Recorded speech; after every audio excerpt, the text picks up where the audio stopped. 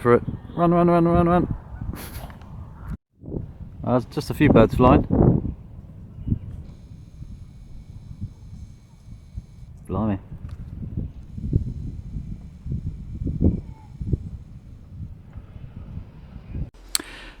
So guys, I was out and about with the RX10 Mark IV. I decided that day, the weather was lovely, it was just windy, and I thought, you know what, I'm going to go really lightweight and just take the RX10 Mark IV with me, nothing else, and just try and get some cool shots. Obviously did a little bit of video as well, shooting here in 1080p, 100 frames a second, so you know you can slow it down 4 times, and just being a little bit creative really, and you can kind of see what is capable, especially if you're new to the camera. The weather was pretty nice. I'd say it was quite warm, considering it was January, and as you can see here, plenty going on. I love a good decent wave with, you know, a bit of curvature on it as well. It always looks quite cool, especially when you slow it down a little bit. So that was cool. Down at pet level where I was there in East Sussex, the lack of birds flying that day was quite poor, so I thought, you know what, I'm going to go further down the coast shortly. So first of all, I just noticed the waves crashing up against the cliffs there, and it was just quite impressive, even though I was a couple of miles away, right down the other end of the thing. So I decided, oh no, I'm going to go to the Rye Harbour nature reserve, and they've got the Discovery Centre there and everything like that, but I just decided I'm going to walk all the way down the path and have a look around, take some photos hopefully, and see what I could capture. Absolutely hundreds of people out. It was a lovely Sunday, and you know, as you can see, there's plenty of people wandering around, and Camber Sands is over the other side of the river there, and you can basically see obviously loads of people just enjoying in life, you know, walking their dogs, and just getting a decent bit of fresh air and a bit of sunshine. Couldn't have asked for a better day really, other than it was a bit windy. The scenery down there is very flat. So you've got obviously marshland and basically stones everywhere. There's a pillbox here, which is obviously used in the Second World War as a gun emplacement to protect the sort of entrance to the harbour and everything like that, which obviously is still there. There's a few others as well. There's also further down the paths and everything, there's an old lifeboat station. But as you can see here, people taking a bit of a break, leaning against the log there. Oh, the log, it was a massive tree trunk had been washed up. The pillbox there, I went in, which you'll see, and it's actually quite a cool view in there, and you can understand, it gives you a bit of an insight actually on how,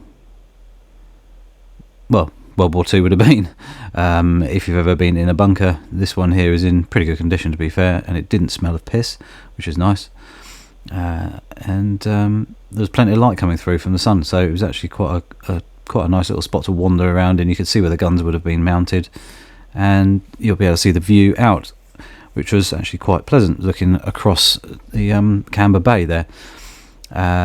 So that worked quite well. Utilising the RX10 on auto ISO, so I was shooting fully manual other than auto ISO. It allowed me to basically gives you a decent exposure, and you have control over your shutter speeds and your apertures, but the auto ISO keeps your exposure nice and level. So really helpful when you're walking into places like that bunker where the light was lower, but then when you look out, it auto adjusts. So where I rarely used to use auto ISO, I do use it for things like this, so it can help you in a lot of ways. The tide was actually starting to go out. When it is out, sometimes you can actually, if it goes out far enough, you can actually walk across where the river is, but you know, not that often, I don't think. The beach and everything, I don't remember how long Camber Sands is, but it's, you know, it's a couple of miles long at least. And as you can see there, because I'm out on the sea wall as such, I'm actually further out the bay than people actually on the sand there. Not sure I can see his trainers from very far away there.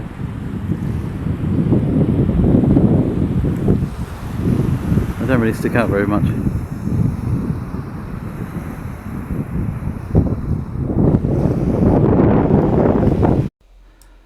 So as you can see, because I've got such a range, I've got obviously 600mm and a bit extra if you want to move into sort of JPEGs with digital zoom and clear image zoom, but you can obviously crop in later if you need to. You can actually sort of do street photography, even though it's on the beach, or lifestyle photography of people walking and just enjoying life, really. So there's a few shots I've taken, which we'll go through the photos at the end. You can actually see the kind of shots that I was actually getting there, but just showing you kind of what was actually happening that day. And it was quite it was quite windy, sort of, I don't know, 15 miles an hour, something like that. But as you can see, it was still a nice day. Sheep. Right, one thing, I didn't think they would wade through a river or stream. And I was like, okay, that's something. I thought, well, okay, I mean, they're mammals or whatever, they will go into water, but obviously sheep probably don't like swimming, because obviously they probably sink with all the wool that they've got. But obviously they'll happily wade through the water. So I thought, well, okay, but I didn't expect to see this. Sheep jumping. Some were braver than others, but shooting at 100 frames a second allowed me to slow down a little bit, and you can kind of see the jumping for a little bit longer, which is kind of cool. And then you see some sheep making a decision. It's like, do I really want to jump, or should I maybe take a different route? So this is crazy. I mean, these sheep are sort of umming and ahhing. This one here going, oh, actually, I think I'll jump it. I'll risk it like the other one did. But they're quite agile for something you don't expect to do that. So that's pretty cool. And then that one's like, I've got my feet wet now, I might as well just walk through. I then walked back down to the harbour area where you've got the fishing boats and the harbour master boat and the lifeboats in its garage, or whatever you want to call it, away, and they can look straight down the estuary there. One camper van. Some are starting to go down. I think they need a new flag because it's RL and then nothing else. So yeah, that's been obliterated by the wind that we've had recently, I'd imagine. And then there was a starling chirping away, but the colours of those birds are stunning. All these sort of multicolours and everything shining in their feathers there. They're quite cool. I never really knew that as a kid anyway. I just thought starlings were black. But anyway, onto the photos. So these are in a random order. This is back when I was down at pet level, a few birds flying, and a lot of the time I was just shooting out the car window, to be fair, while I was just sitting there wondering what to do, and a few birds appeared. This is an old house at the harbour. I just thought it was quite cool, in the shade, but it was quite nice. Did a little bit of colour grading on it, just a little bit of experimentation, reduced the saturation and stuff, and I just thought it added a bit of a unique look to it. Camper van-y type vehicle, parked in the car park. I just kind of thought looks kind of funky. In black and white, looks a bit the most sort of appropriate look to it, or monochrome. A little fishing boat there. I quite like all the ladders and the uprights of the walkway and everything there. It was quite cool. Makes the boat look small, and just quite quaint sitting there. And then on to a seagull. He was probably the cleanest looking seagull I've ever seen. This is not edited at all. He's literally gloss white, and just looked pristine. Obviously lives very well, but very clean, tidy day, tidy life. This was quite cool. Old house in the background and an old fishing boat that's obviously leaks now. It's just sitting there rusting away, but it just looks quite cool as a shot. And again, I reduced the saturation and I tried to give it more of an oldie-woldy kind of feel to it. The sheep crossing the river, but there's a heron sat there as well. So if you want to get closer to herons, dress up as a sheep. I've worked that one out. And then a bit misty in the background there, across to pet level was where I was originally, by the cliffs there. As you can see there, the herons just sat there chilling, just watching as the sheep sort of cruise by. So some relatively unique shots that day. It was quite a good day out. As you say, the jumping sheep, never seen that in my life ever.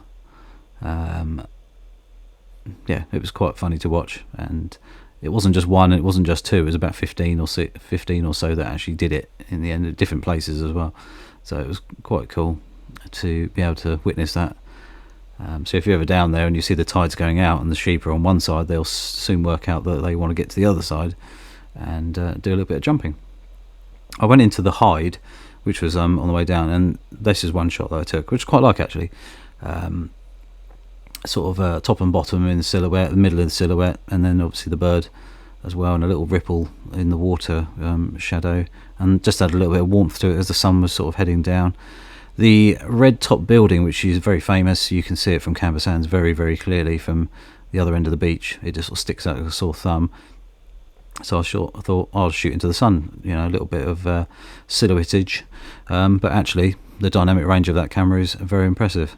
So this shot here, again, I've made it more silhouette-y, even though I was shooting into the sun, and enhanced the shadows a little bit, but I just thought it was quite cool, just showing you people doing lifestyle things.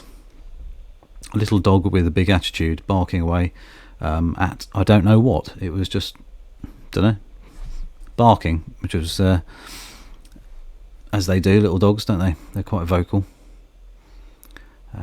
This shot here, so it shows you kind of the dynamic range, shooting in inside ISO 2500, and a little bit of noise reduction, but looking through, and this is all pretty much, some was sunlit, some was shade.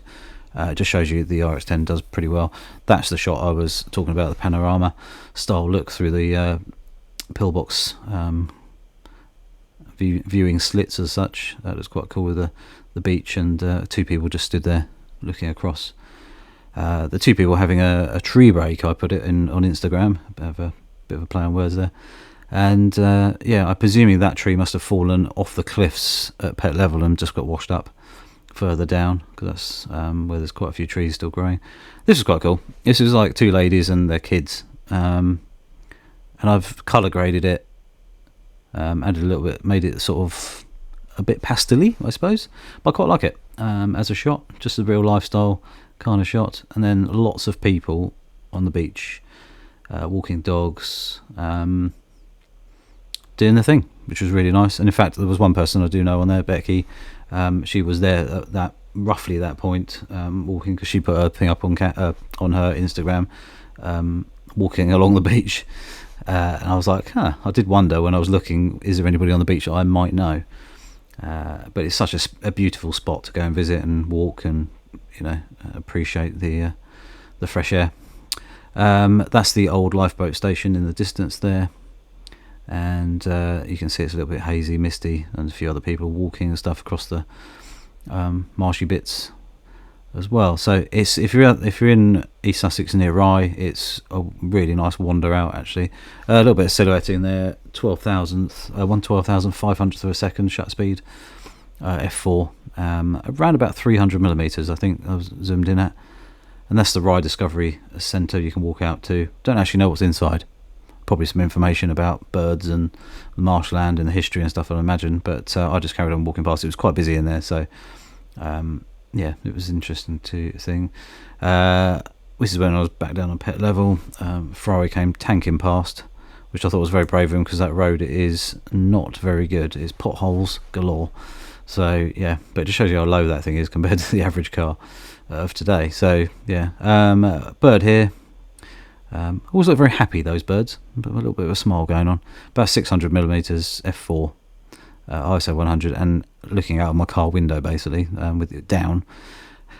This one shot here is about, I'm guessing, 300 to 400 meters away. Big cropping.